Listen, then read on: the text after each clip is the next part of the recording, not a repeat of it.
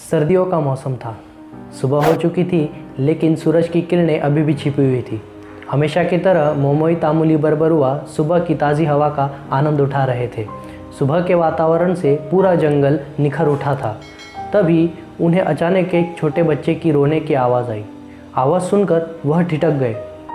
उसे बड़ा कौतूहल हुआ कि इस मौसम में उस छोटे बच्चे को कौन लेकर आया होगा।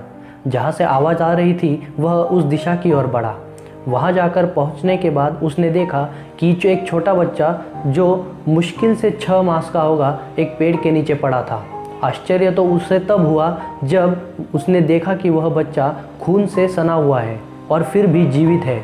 वह उस बच्चे को उठाकर घर ले आया। मोमई तामुली की कोई संतान नहीं थी, इसीलिए इस घटना को उसने ईश्वरी वरदान मानकर उस बच्चे का स्वीकार कर लिया। बच्चे का नाम रखा गया लचित।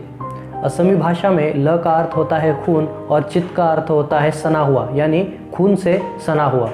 लेकिन आगे चलकर यह बच्चा सैकड़ों बार दुश्मन के खून से नहाया।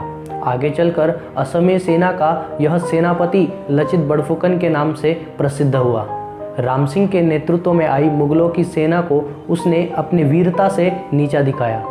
यह असम के माथे का उज्जवल प्रतीक ही रहा कि कई बार मुगलों ने असम पर चढ़ाई की, लेकिन उसे जीत नहीं पाए। इतिहास की पंक्तियों के अनुसार वह सदैव यवनः क्षयम आयुः रहा।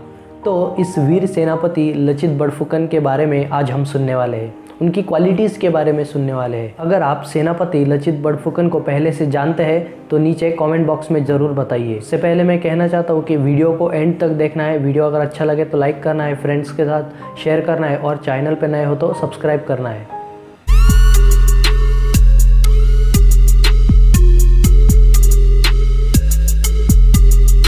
तो पहली जो उनकी क्वालिटी है वो है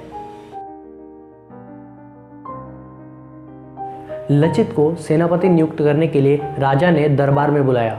जैसे ही वह दरबार में दाखिल हुआ और घुटने के बल राजा के पास बैठा, एक रक्षक ने उसका शिरस्त्राण निकालकर वह भागने लगा। लचित उसका पीछा करते हुए उसे सिंहासन के पीछे पकड़ता है। पकड़ने के बाद वह उसका सर काट देना चाहता था, लेकिन राजा बीच में आए और उन्होंने पूरी घटना की जानकारी ली। लचित ने कहा, इस रक्षक ने मेरा शिरस्त्राण निकाल लिया। यह किसी भी योद्धा के लिए एक बहुत बड़ा अपमान है। यह मेरे आत्मसम्मान का प्रश्न है। राजा ने उसे यह कहकर शांत किया कि यह सब राजा के आदेश पर ही हुआ है।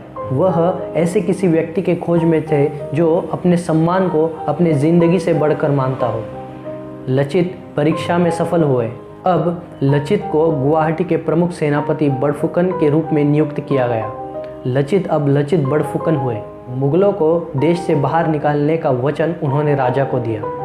उनकी दूसरी जो क्वालिटी है वो है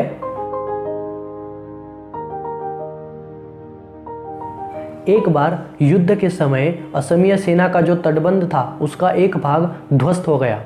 यह ज़रूरी था कि जल्द से जल्द उस भाग को ठीक किया जाए।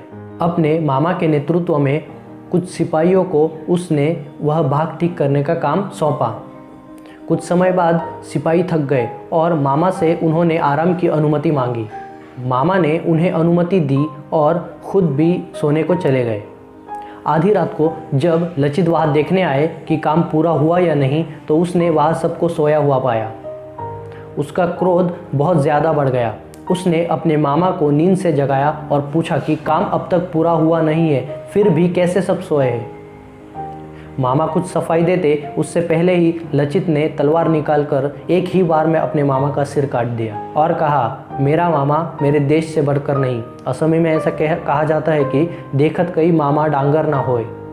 अपने सेनापति का क्रोध देखकर वह जो सिपाही थे उन्होंने जल्दी जल्दी काम शुरू किया और सुबह होने से पहले ही वो जो क्षतिग्रस्त भाग था उसे पूरा ठीक कर दिया।